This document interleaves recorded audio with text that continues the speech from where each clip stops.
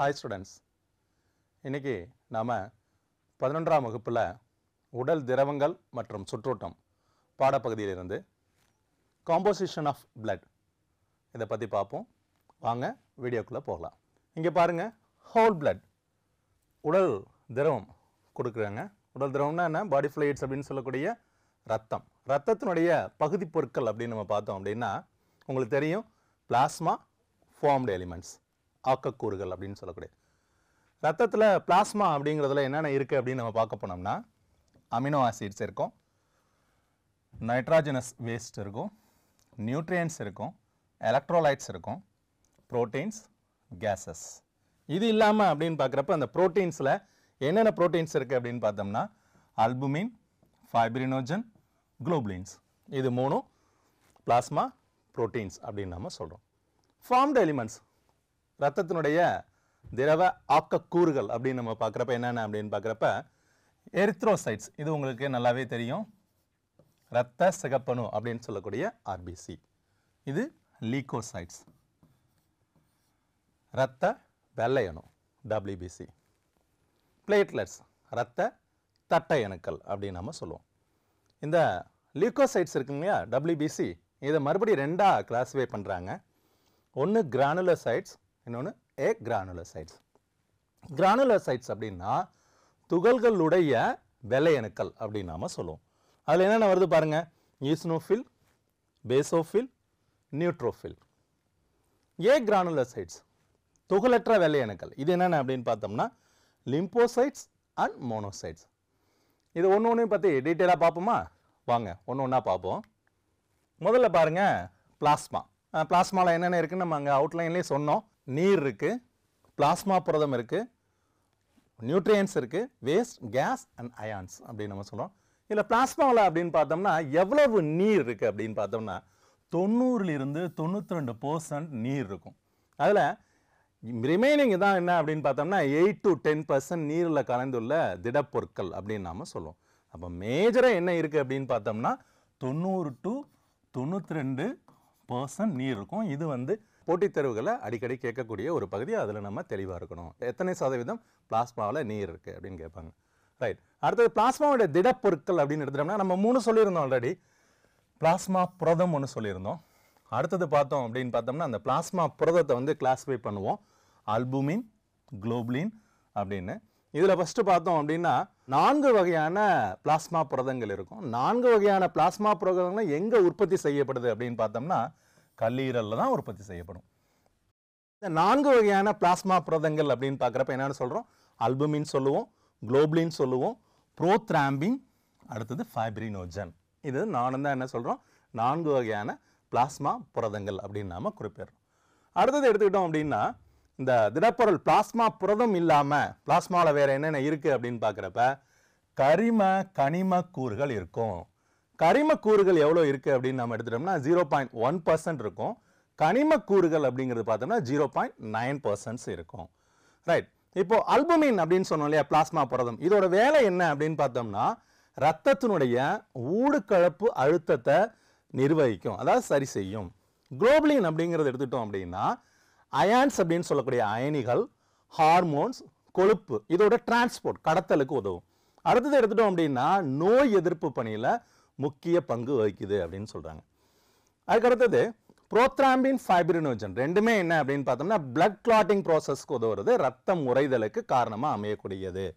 அப்போ பிளாஸ்மாவில் எத்தனை வகையான புரதங்கள் இருக்கு அப்படின்னு கேட்குறாங்க அப்படின்னா 4 வகையான பிளாஸ்மா புரதங்கள் இருக்கு அப்படிங்கிறத நம்ம நல்லா தெளிவாக ஞாபகம் வச்சுக்கணும்.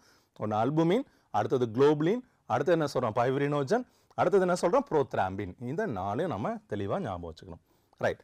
அடுத்தது பிளாஸ்மாவில் இருக்கக்கூடிய கரிம கூறுகள் என்னென்ன அப்படின்னு பார்க்குறப்ப யூரியா, அமினோ அமிலங்கள், குளுக்கோஸ், கொழுப்பு, விட்டமின்கள், இதெல்லாம் பிளாஸ்மாவில் இருக்கக்கூடிய கரிம பொருட்கள்.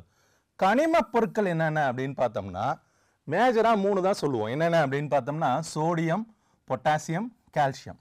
இதனுடைய குளோரைட், கார்பனேட், பாஸ்பேட். என்ன இதனுடைய chloride, carbonate, phosphate? Sodium chloride, sodium carbonate, sodium phosphate. அதே மாதிரி potassium chloride, potassium carbonate, potassium chloride. அது மாதிரி calcium chloride, calcium carbonate, calcium phosphate.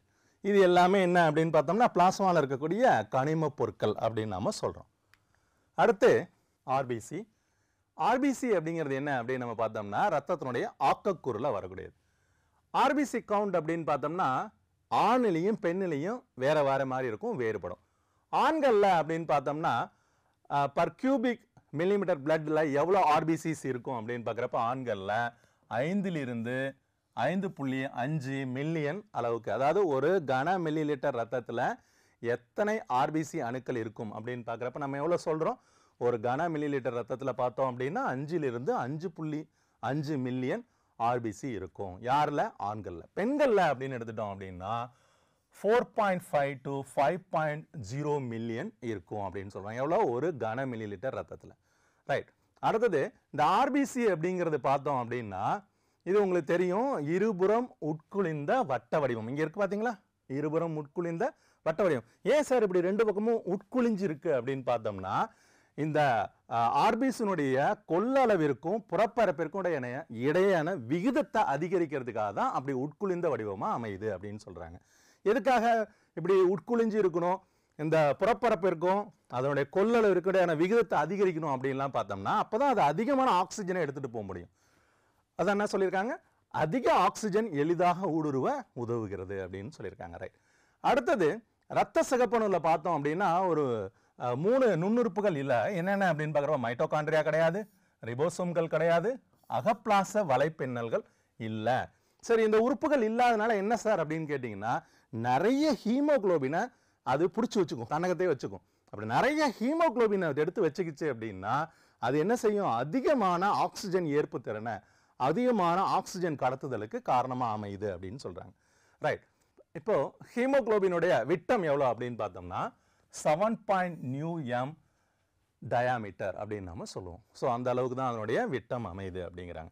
RBC எவ்வளோ நாள் உயிர் வாழும் அப்படின்னு பார்த்தோம்னா 120 நாட்கள் தான் உயிர் வாழும். இப்போ 120 நாட்கள் தான் உயிர் வாழும் அப்படின்னா எந்த இடத்துல உற்பத்தி செய்யப்படுது, எந்த இடத்துல அழிக்கப்படுது அப்படின்னு நமக்கு ஒரு சந்தேகம் வரும். இப்போ ஆர்பிசி உற்பத்தி செய்யப்படக்கூடிய இடம் அப்படின்னு பார்த்தோம்னா எலும்பு மஜ்ஜையில, எலும்பு மஜ்ஜையினுடைய சிவப்பு நிற பகுதி, சிவப்பு எலும்பு மஜ்ஜையில உற்பத்தி செய்யப்படும். அடுத்தது எடுத்துட்டோம் அப்படின்னா அழிக்கப்படக்கூடிய இடம் அப்படின்னு பார்க்குறப்ப மண்ணீரல்ல அழிக்கப்படும்.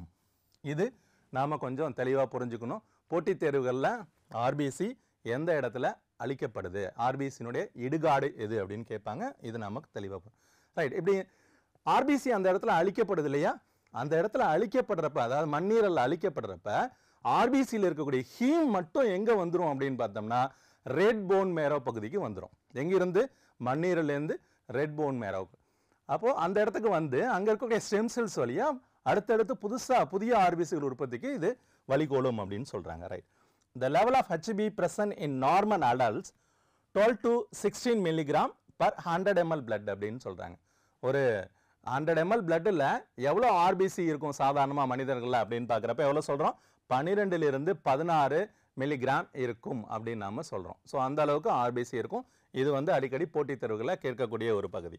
அடுத்தது எர்த்ரோபொய்டின் அப்படின்ற ஒரு ஹார்மோனை வந்து என்ன செய்யும் அப்படின்னா நம்மளுடைய சிறுநீரகம் உற்பத்தி செய்யும். எப்போ அப்படின்னு பார்த்தோம்னா இன் ரெஸ்பான்ஸ் டு லோ ஆக்சிஜன் அப்படின்னு நாம சொல்லுவோம். எப்போ நம்ம உடம்புல ஆக்சிஜனுடைய அடர்வு குறையுதோ அப்போதான் என்ன செய்யும், நம்மளுடைய சிறுநீரகம் எர்த்ரோபொய்டின் அப்படின்ற ஒரு ஹார்மோனை சுரந்து ரெட் செல் போன் மேரோ என்ன செய்யும் அப்படின்னா அந்த இடத்துல இருக்கக்கூடிய ஸ்டெம் செல்ஸில் நிறைய ஆர்பிசி ப்ரொடக்ஷனை தூண்டி விடும் அப்படின்னு சொல்றாங்க. அந்த ப்ராசஸ்க்கு பேர் என்ன அப்படின்னு பார்த்தோம்னா எரித்ரோபோயசிஸ் அப்படின்னு நாம சொல்லுவோம். ரைட். அடுத்தது ஹெமட்டோக்ரிட் அப்படின்னு ஒன்று இருக்கு. இது என்ன ஹெமட்டோக்ரிட் அப்படிங்கிறது பார்த்தோம் அப்படின்னா the ratio between RBC to the blood plasma அப்படின்னு சொல்லுவோம். என்ன அப்படின்னா ரத்த சிகப்பணுவுக்கும் பிளாஸ்மாவுக்கும் இடையே உள்ள விகிதம், அதுதான் நம்ம என்ன சொல்லுவோம், ஹெமட்டோக்ரிட் அப்படின்னு நாம குறிப்பிடுறோம். ரைட். இந்த ஹெமட்டோக்ரிட் அப்படிங்கிறது நம்ம இந்த ரெண்டுத்துக்குள்ள ரேஷியோ சொல்றோம் இல்லையா, இது இன்னொரு விதமாகவும் சொல்லுவோம், பேக்டு செல் வேல்யூம் அப்படின்னு நாம சொல்லுவோம். இது என்ன அப்படின்னா செல் அடர்வு கொள்ளளவு அப்படின்னு நாம இதை குறிப்பிடுவோம். ரைட். இப்போ இந்த எரித்ரோபோயசிஸ் அப்படின்னு பார்த்தோம் இல்லைங்க, இது homeostasis normal blood oxygen level என்ன ஆகும் அப்படின்னு பார்க்குறப்ப கொஞ்சம் டிராப் ஆகுது, குறையுது. எப்போ குறையும் அப்படின்னு நம்ம பார்க்குறோம்னு வச்சுங்களேன், இப்போ உயரமான பகுதிகளுக்கு நம்ம போகிறோம், அதாவது கடல் மட்டத்திலிருந்து ஒரு 10,000 அடிக்கு மேலே போகிறோம் அப்படிங்கிறப்ப சிவப்பணுக்களுடைய எண்ணிக்கை அதிகரிக்கிறதுக்காக தான் என்ன செய்யும் நம்மளுடைய உடம்புல சிறுநீரகம் எந்த ஹார்மோனை ரிலீஸ் பண்ணும் அப்படின்றது பார்த்தோம் அப்படின்னா என்ன சொல்லியிருந்தோம், எர்த்ரோபோயசிஸ் ப்ராசஸ்க்கு வழிகோலும் அப்படின்றது நம்ம சொல்லியிருந்தோம். இப்போ எர்த்ரோபோயசிஸ் ப்ராசஸ் அப்படிங்கிறப்ப இங்கே பாருங்க சிறுநீரகம் எந்த ஹார்மோனை வெளியிடுது அப்படின்னு நம்ம பார்த்தோம்னா இங்கே சொல்லியிருக்கோம் பாருங்க, எரித்ரோபொய்டின் அப்படின்ற ஒரு ஹார்மோனை ரிலீஸ் பண்ணி தான் என்ன பண்ணுது, அதிக ஆர்பிசி உற்பத்தியை தூண்டுது அப்படின்னு நம்ம சொல்லியிருந்தோம். அது இல்லாம அப்படின்னு பார்த்தோம்னா hypoxia due to RBC amount வந்து குறையிறது, கவுண்ட் குறையிறது, அமௌண்ட் குறையிறது, ஹீமோகுளோபினோட அமௌண்ட் குறையிறது, நமக்கு வந்து கிடைக்கக்கூடிய ஓட்டுனுடைய அளவு குறையிறது. சரிங்களா? இந்த ரீசன்ஸ் இருக்கிறப்ப என்ன ஆகும் அப்படின்னு பார்த்தோம்னா எர்த்ரோபோயசிஸ் ப்ராசஸ் ஸ்டார்ட் ஆகும். ஸோ அப்போ தான் என்ன பண்ணுது, கிட்னி ரிலீசஸ் எர்த்ரோபொய்டின் ஹார்மோன், எர்த்ரோபொய்டின் ஹார்மோனை வெளியிடுது. இங்கே ரெட் செல் போன் மேரோ பகுதியில் இந்த எர்த்ரோபொய்டின் ஹார்மோன் வந்து ஆர்பிசி ப்ரொடக்ஷனை இன்டியூஸ் பண்ணும், என்ஹான்ஸ் பண்ணும் அப்படிங்கிறது சொல்கிறாங்க. ரைட். அடுத்தது சிவப்பணுக்களுடைய எண்ணிக்கை வந்து அதிகரிச்சிச்சு அப்படின்னா அதிக அளவிலான சிவப்பணுக்கள் ரத்தத்தில் இருக்கும். அதிக அளவிலான சிவப்பணுக்கள் ரத்தத்தில் இருந்துச்சு அப்படின்னா அந்த நிலைக்கு நாம் என்ன சொல்லுவோம் அப்படின்னா பாலிசைத்தீமியா அப்படின்னு நாம குறிப்பிடுவோம். ரைட். சிவப்பணுக்களுடைய எண்ணிக்கை ரத்தத்தில் குறையுது அப்படிங்கிறத நம்ம எடுத்துட்டோம் அப்படின்னா எரித்ரோசைட்டோபீனியா அப்படின்னு நாம குறிப்பிடுவோம். அடுத்து WBC ரத்த வெள்ளை அணுக்கள் அப்படின்னு நம்ம சொல்றோம். ஆர்பிசியில் என்ன சொன்னோம், உட்கரு கிடையாது, இருபுறம் உட்குளிந்த வட்ட வடிவம். ஏன் ரெண்டு பக்கம் தட்டையா இருக்கு அப்படிங்கிறதுக்கான ரீசன் சொல்லியிருந்தேன். ரைட். இப்போ WBC அப்படிங்கிறதுல மெயினா என்ன அப்படின்னா உட்கரு உண்டு. என்ன கிடையாது அப்படின்னு பார்த்தோம்னா நிறம் கிடையாது, நிறமற்ற. அதனாலதான் ஒயிட் பிளட் கார்பசல்ஸ் அப்படின்னு சொல்றோம். சரிங்களா? ரைட். அடுத்தது அமீபாய்டு இயக்கம் கொண்டவை அப்படின்னு நம்ம சொல்றோம். மெயினா இதுல ஹீமோகுளோபின் கிடையாது. அதனாலதான் இது என்ன சொல்றோம், ஒயிட் பிளட் கார்பசல்ஸ் அப்படின்னு நாம சொல்றோம். சிவப்பணுக்களோட எண்ணிக்கையில நாம சிவப்பணுக்களோட நம்ம ஒப்பிட்டு பார்க்கிறோம் அப்படின்னு பார்த்தோம்னா WBCனுடைய ஆயிலும் சரி எண்ணிக்கையும் சரி சிவப்பணுக்களோட ஒப்பிடுறப்ப குறைவா தான் இருக்கும். ரைட். மனிதர்கள்ல அப்படின்னு பார்த்தோம்னா ஆர்பிசியோட கவுண்ட் அப்படின்னு எடுத்துட்டோம்னா 6000 to 8000 per cubic millimeter blood. சாதாரணமா மனிதர்கள்ல காணப்படக்கூடிய ரத்த வெள்ளையணுடைய அளவு அப்படின்னா ஒரு கன மில்லி லிட்டர் ரத்தத்தில் இந்த அளவு தான் இருக்கும். எவ்வளோ இருக்கும், 6000 to 8000 தான் இருக்கும். இது எங்கே உற்பத்தி செய்யப்படுது அப்படின்னு பார்த்தோம்னா நாம ஆர்பிசி பார்த்தோம் இல்லையா, அதே மாதிரியே WBC அப்படிங்கிறத எடுத்துக்கிட்டோம் அப்படின்னா எந்த இடத்துல உற்பத்தி ஆகும், எலும்பு மஜ்ஜையில் தான் உற்பத்தி ஆகுது. அப்போ WBC அப்படிங்கிறப்ப அதனுடைய கவுண்ட் எவ்வளோ சொல்லியிருக்கோம், 6000 to 8000 சொல்லியிருக்கோம். எங்கே உற்பத்தி ஆகுதுன்னு சொல்லியிருக்கோம், எலும்பு மஜ்ஜையில் தான் உற்பத்தி ஆகுது அப்படின்னு சொல்லியிருக்கோம். WBCனுடைய கவுண்ட் அப்படிங்கிறது இந்த 6000 to 8000 சொன்னோம் இல்லையா, இது வந்து பிலோ 4000 அப்படிங்கிறது எடுத்துட்டோம்னா அந்த நிலைக்கு பேரு லீகோபீனியா. WBCனுடைய கவுண்ட் குறையிறது. WBCனுடைய எண்ணிக்கை above 10,000 இல்ல above 11,000 அப்படின்னு எடுத்துட்டோம்னா அதை நம்ம என்ன சொல்லுவோம், லியூகோசைட்டோசிஸ் அப்படின்னு நாம சொல்லுவோம். இது ரெண்டும் நாம தெளிவா புரிஞ்சுக்கணும். இந்த லீகோபீனியா, லீகோசைட்டோசிஸ் இது ரெண்டும் நம்ம கொஞ்சம் கவனமா இருக்கணும். இதுவும் போட்டி அதிகமா கேட்கக்கூடிய ஒரு பகுதி. அடுத்து லுக்கிமியா. இது என்னன்னா லுக்கிமியானா ரத்த புற்றுநோய் அப்படின்னு சொல்லுவோம். எப்போ அப்படின்னு பார்த்தோம்னா WBC நிறைய அளவுக்கு உற்பத்தி ஆகிடும். அப்படி நிறைய ரத்தத்தில் உற்பத்தி ஆயிடுச்சு அப்படிங்கிறப்ப அதுதான் நம்ம என்ன சொல்லுவோம் அப்படின்னா லுக்கிமியா அப்படின்னு சொல்லக்கூடிய ரத்த புற்றுநோய் அப்படின்னு சொல்கிறோம். இது மெயினாக அப்படின்னு பார்த்தோம்னா நம்ம உடம்புல வந்து போலீஸ் ஃபோர்ஸ் ஆஃப் அவர் பாடி அப்படின்னு நம்ம சொல்லுவோம். என்னன்னா நம்ம உடம்புல தொற்றுக்கு எதிரான போராட்டத்தில் தான் இது முக்கிய பங்கு வகிக்குது. ரைட். இப்போ அந்த WBCனுடைய வகைகள் அப்படிங்கிறது நம்ம பார்த்தோம் அப்படின்னா ஃபர்ஸ்ட் கிரானுலோசைட்ஸ், கிரானுலோசைட்ஸ். கிரானுலோசைட்ஸ் அப்படிங்கிறது என்னன்னா துகளுடைய வெள்ளையணு, அது துகளற்ற வெள்ளையணு. துகளுடையது அப்படிங்கிறப்ப நியூட்ரோஃபில், ஈஸ்னோஃபில், பேசோஃபில்ஸ். இங்கே ஸ்ட்ரக்சர் போட்டிருக்காங்க பார்த்தீங்களா, இதில் பாருங்க நியூக்ளியஸ் உட்கரு எப்படி இருக்குன்னு பாருங்க, 3 to 4 கதுப்பு இருக்கும் மேற்பட்டு. அதனால இது PMN அப்படின்னு நம்ம அதை குறிப்போம், பாலிமார்போ நியூக்ளியோசைட்ஸ் அப்படின்னு நம்ம குறிப்பிடுவோம். ஈஸ்னோஃபில்ஸ்ல பாருங்க 2 கதுப்புகள் இருக்கும். பேசோஃபில்ஸ் அப்படிங்கிறது பாருங்க ஒரே ஒரு கதுப்பு எப்படி இருக்கும். ரைட். அடுத்த லிம்போசைட்ஸ் அப்படின்னு எடுத்துட்டோம்னா அதனுடைய அமைப்பு இதுதான், மோனோசைட்ஸ். இது ரெண்டும் எதுக்கு இருக்கிறது, துகளற்ற வெள்ளையணுக்கள். அதாவது சைட்டோபிளாசத்தில் இதில் துகள்கள் கிடையாது. ரைட். இதில் லிம்போசைட்ஸ் அப்படின்னு பார்க்குறப்ப B lymphocytes, T lymphocyte, natural killer cells அப்படின்னு 3ஆ பிரிக்கிறாங்க. என்னென்ன சொல்லிடுறாங்க, B lymphocyte, T lymphocyte, NK cells. அடுத்தது எடுத்துட்டோம் அப்படின்னா மோனோசைட்ஸ். இது என்ன பண்ணோம் அப்படின்னா நம்ம உடம்புக்குள்ளார நுழையக்கூடிய பாக்டீரியா வைரஸ்க்கு எதிரான இம்யூனிட் பவரை அதிகரிக்குது அப்படின்னு நாம குறிப்பிடுறோம். Right, first neutrophil. இதுக்கு இன்னொரு பேர் உண்டு, என்ன அப்படின்னு பார்த்தோம்னா ஹெட்ரோஃபில்கள் அப்படின்னு நாம குறிப்பிடுவோம். இதுல நம்ம ஏற்கனவே நம்ம சொன்ன மாதிரி எத்தனை கதுப்புகள் இருக்கு பாருங்க, 3 to 4 கதுப்புகள் கொண்ட உட்கருக்கள் இருக்கும் நியூட்ரோஃபில்ல.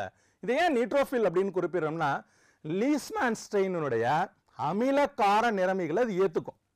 அப்படி லீஸ்மேன் ஸ்ட்ரெயினுடைய அமிலக்கார நிறமேர்பிகளை ஏற்கிறதுனால தான் இதுக்கு பேர் என்ன அப்படின்னா நியூட்ரோஃபில்கள் அப்படின்னு நாம குறிப்பிடுறோம். ரைட், இது ஏற்கனவே நம்ம சொன்ன மாதிரி பாலிமார்போ நியூட்ரோஃபில்ஸ் அப்படின்னு நம்ம சொல்றோம், PMN அப்படின்னு சொல்லிட்டு, பல்லுறு உட்கரு நியூட்ரோஃபில்கள் அப்படின்னு.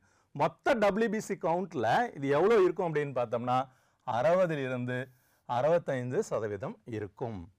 இது எப்போ நம்ம உடம்புல வந்து இதை அதிகமாக நம்ம பார்க்கலாம் அப்படின்னா, ஏதாவது ஒரு டிஷ்யூ வந்து தொற்றுக்கு உட்படுது அப்படின்னா அந்த திசுனுடைய உள்ளும் புறமும் இதோட எண்ணிக்கை அதிகமாகும். எதுக்காக அப்படின்னு பார்த்தோம்னா அந்த தொற்றை விழுங்கிறதுக்காக. அப்போ இது ஃபேகோசைட்டோசிஸ் ப்ராசஸையும் இது மேற்கொள்ளும், செல் விழுங்குதல் நிகழ்வையும் இது மேற்கொள்ளுது அப்படின்னு சொல்றாங்க. ரைட், அடுத்தது ஈஸ்னோஃபில்கள். இதில் பாருங்க 2 கதுப்பு தான் இருக்கு உட்கருவில், 2 கதுப்பு. இந்த 2 கதுப்புகளும் ஒரு மெல்லிய இலையினால இணைக்கப்பட்டிருக்கு இல்லைங்களா. அங்கே நியூட்ரோஃபில்ஸில் பார்த்தோம் அப்படின்னா 3, 4, 5 கதுப்புகள் நிறைய இருக்கும், எல்லாமே மெல்லிய இலைகளால் இணைக்கப்பட்டிருக்கும். இங்கே வந்து ஈஸ்னோஃபில்களில் 2 கதுப்புகள் இருக்கும். ரைட், ஈஸ்னோஃபில்ஸ் அப்படிங்கிறது ஏன் அப்படி நம்ம குறிப்பிடுறோம் அப்படின்னு பார்த்தோம்னா யோசின் அப்படின்ற ஸ்ட்ரெயினை எடுக்கிறதுனால தான் இதுக்கு பேர் என்ன சொல்கிறோம், ஈஸ்னோஃபில்ஸ் அப்படின்னு சொல்கிறோம். இது நான் ஃபேகோசைட்டிக் இன் நேச்சர், செல் விழுங்கும் தன்மை அற்றவை அப்படின்னு சொல்கிறோம். டோட்டல் WBC கவுண்ட்ல 2 to 3% தான் இருக்கும். ரைட், இது எப்போ நம்ம ரத்தத்தில் வந்து ஈஸ்னோஃபில் எண்ணிக்கை அதிகமாகும் அப்படின்னு பார்த்தோம்னா during allergy and during infection, ஒவ்வாமை, ஒட்டுண்ணி தொற்று இது ஏற்படுறப்ப தான் இதனுடைய எண்ணிக்கை நம்ம ரத்தத்தில் அதிகரித்து காணப்படும். அடுத்தது பேசோஃபில்ஸ், இங்கே படம் போட்டிருக்கு பாருங்க, இதுதான் பேசோஃபில்ஸ். ஒரு பெரிய உட்கரு பல ஒடுக்கங்களால குட்டி குட்டி கதுப்புகளாக தெரியும். ரைட், சைட்டோபிளாசத்தில் இருக்கக்கூடிய துகள்கள் பாருங்க நம்ம நல்லா தெளிவாக பார்க்க முடியும், பெரிய பெரிய துகள்களாக இருக்கும். அடுத்தது அமீபாய்டு நகர்வை இது மேற்கொள்ளும், ஆனால் செயல்திறன் அப்படின்னு நம்ம பார்க்குறப்ப குறைவாக தான் இருக்கும். டோட்டல் WBCல அப்படின்னு எடுத்துட்டோம்னா 0.5 to 1.0% தான் இருக்கும் டோட்டல் WBC கவுண்ட்ல. ரைட், இதில் இருக்கக்கூடிய இன்னும் என்னென்ன பொருட்கள் வந்து இது வந்து சுரக்குது அப்படின்னு பார்க்குறப்ப ஹெபாரின், ஹிஸ்டமைன், செரட்டோனின், இந்த மாதிரி 3 பொருட்களை வந்து என்ன பண்ணும் அப்படின்னா பேசோஃபில்கள் வந்து சுரக்குது அப்படின்னு குறிப்பிடுறாங்க. மாஸ்ட் செல்கள் அதோட இணைஞ்சு என்ன ஆகும் அப்படின்னு பார்த்தோம்னா ஹைப்பர் சென்சிட்டிவிட்டி, ஒவ்வாமை வினைகளில் பங்கு பெறறதா சொல்றாங்க. அடுத்தது இதில் இருக்கக்கூடிய அந்த இது சுரக்கிறதுலேயே ஹெபாரின் அப்படின்னு ஒரு பொருள். இந்த ஹெபாரின் என்ன பண்ணும் அப்படின்னா ரத்த குழாய்க்குள்ளார ரத்தம் உறையிறத தடை செய்யுது அப்படின்னு குறிப்பிடுறாங்க. அடுத்தது இந்த 3மே நம்ம இப்போ முன்னாடி 3 பார்த்தோம் இல்லையா, இங்கே பாருங்க கிரானுலோசைட்ஸில் என்னன்னு சொல்லியிருக்கோம், நியூட்ரோஃபில், ஈஸ்னோஃபில், பேசோஃபில். இது 3 என்ன சொல்லியிருக்கோம், கிரானுலோசைட்ஸ், துகளுடைய வெள்ளை அணுக்கள். நம்ம அடுத்து பார்க்க போகிறது அப்படின்னு எடுத்துட்டோம்னா ஏ கிரானுலோசைட்ஸ் அப்படின்னு சொல்லக்கூடியது. இதில் பாருங்க இது துகளற்ற வெள்ளை அணுக்கள் அப்படின்னு நாம சொல்றோம். இது எங்கே இருக்கும் அப்படின்னு பார்க்குறப்ப நிணநீர் சுரப்பிகள்லையும் மண்ணீரல்லையும் உற்பத்தி செய்யப்படுது. இந்த துகளற்ற வெள்ளை அணுக்கள் அப்படின்னு நம்ம சொல்றப்ப இதனுடைய சைட்டோபிளாசத்தில் என்ன கிடையாது, கிரானியூல்ஸ் கிடையாது. இது 2 வகைப்படும், lymphocyte and monocyte. First lymphocyte இங்கே கொடுத்துருக்கோம் பார்த்தீங்களா, இதில் ஒரு பெரிய உட்கரு இருக்கும், சைட்டோபிளாசத்தில் துகள்களே கிடையாது. மொத்த வெள்ளை அணுக்களுடைய கவுண்ட் அப்படிங்கிறப்ப எவ்வளோ இருக்கும் லிம்போசைட் அப்படின்னு பார்த்தோம்னா 28% இருக்கும். நோய் தடுப்பாற்றல்ல முக்கிய பங்கு வகிக்குது அப்படின்னு சொல்றாங்க. இந்த லிம்போசைட்ஸ் வந்து 2ஆ சொல்லுவோம், B cell lymphocyte and T cell lymphocyte. இதில் பி செல் லிம்போசைட்ஸ் அப்படிங்கிறது பார்த்தோம் அப்படின்னா பி போன் மேரோ, அதாவது எங்கே வந்து மெச்சூர் ஆகும் அப்படின்னா எலும்பு மஜ்ஜையில் வந்து மெச்சூர் ஆகும். மெச்சூர் ஆகி என்ன பண்ணும் அப்படின்னா ஆன்டிபாடி மீடியேட்டட் இம்யூன் ரெஸ்பான்ஸை மேற்கொள்ளும் அப்படின்னு சொல்றாங்க. என்ன அப்படின்னா அயல் பொருட்கள் அயல் காரணிகளால் ஏற்படக்கூடிய தீய விளைவுகளை செயலிழக்க செய்ய உதவுது. அடுத்த டி செல் லிம்போசைட்ஸ், இது என்ன அப்படின்னு பார்த்தோம்னா தைமஸ் சுரப்பியில வந்து முதிர்ச்சி அடையும். இது என்ன பண்ணுது, செல் மீடியேட்டட் இம்யூன் ரெஸ்பான்ஸ்ல செல் வழி நோய் தடைக்காப்புல முக்கிய பங்கு வகிக்குது அப்படின்னு குறிப்பிடுறாங்க. அடுத்தது மோனோசைட்ஸ்கள், மேக்ரோஃபேஜ் அப்படின்னு இன்னொரு பேர் உண்டு. வெள்ளை அணுக்கள்லேயே ரொம்ப பெரிய செல் அப்படின்னு எடுத்துட்டோம்னா இதுதான் மோனோசைட்ஸ் தான். இது ஃபேகோசைட்டிக் தன்மை கொண்டது இதுக்கு. ரைட். அடுத்தது மொத்த வெள்ளை அணுக்கள்ல அப்படின்னு பார்த்தோம்னா இதோட கவுண்ட் 1 to 3% அப்படின்னு சொல்றோம். பெரிய சிறுநீரக வடிவ உட்கரு இங்க இருக்கும். இங்க பார்த்தா உங்களுக்கு தெரியும் ஒரு பெரிய சிறுநீரக வடிவ உட்கரு.